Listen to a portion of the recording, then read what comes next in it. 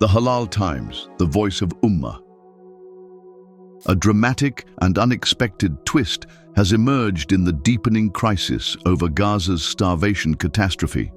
According to an explosive NBC News report, a recent phone call between US President Donald Trump and Israeli Prime Minister Benjamin Netanyahu escalated into a shouting match, with Trump raising his voice over the dire hunger crisis in Gaza and flatly rejecting Netanyahu's claim that starvation reports were nothing but a propaganda.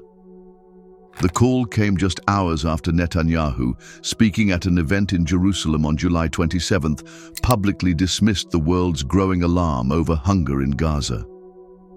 There is no policy of starvation in Gaza, and there is no starvation in Gaza, Netanyahu insisted. However, Trump firmly disagreed. Speaking the very next day, he declared there was real starvation in Gaza and that you can't fake that. When asked if Israel was contributing to the crisis, he pointed to harrowing images of emaciated children, describing the situation as a mess. Netanyahu saw this statement and the photos of starving kids as a threat because it contradicted his claims that there is no starvation in Gaza and that the world has fallen for Palestinian propaganda. According to senior US officials cited in the NBC report, Netanyahu urgently requested a private phone call within hours to push back on Trump's remarks, repeating his claim that starvation reports were fabricated by the Palestinians themselves. But this time, Trump lost patience. Interrupting Netanyahu mid-sentence, Trump reportedly yelled that he did not want to hear that the starvation was fake. He told Netanyahu that he had personally been shown proof, photographic and intelligence, of starving children in Gaza. A former US official described the exchange as a direct, mostly one-way conversation in which Trump did most of the talking, or in this case, the shouting. Earlier this month, Trump revealed that he and his wife have both seen many pictures of famine and starvation in Gaza, and those pictures have affected them both immensely. "She thinks it's terrible," Trump said of the First Lady, "and she sees the same pictures that you see, that we all see. And I think everybody, unless they're pretty cold-hearted or worse than that, nuts. There's nothing you can say other than it's terrible when you see the kids."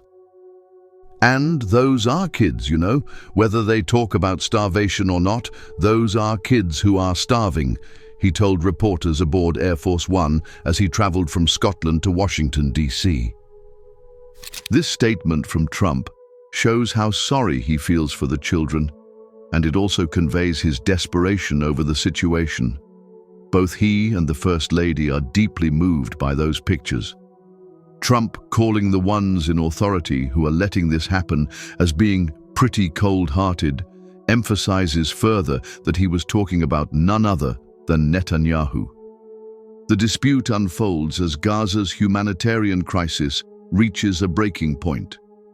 Israel's relentless military campaign has reduced food access to a trickle, confined to a few aid distribution points under heavy military control. Alongside the devastation of airstrikes, malnutrition and hunger have become lethal threats. While a famine has not been formally declared, two of the three required conditions, a massive decline in food consumption and alarming levels of acute malnutrition, have already been confirmed by the UN's Integrated Food Security Phase Classification Platform. Doctors Without Borders has further accused Israel of implementing a policy of institutionalized starvation and dehumanization in Gaza. And now, in a rare show of visible frustration, it appears Donald Trump has genuinely grasped the desperation and unimaginable suffering of the Gazan people, so much so that he resorted to yelling at Netanyahu. The world can only hope that this outburst shakes Netanyahu into rethinking his actions, halting the assault on Gaza immediately and dismantling his brutal strategy of starvation. But if this moment of fury from the leader of Israel's staunchest ally does not move Netanyahu, and if he chooses to proceed with his invasion plans over the next 24 to 48 hours, then the grim truth will be undeniable, that even the shouting of Donald Trump was meaningless, and that the entire world remains utterly powerless in the face of Netanyahu's unyielding will. That's all for today. If you found the video informative, please like it and subscribe to the channel. Jazak Allahu khairan.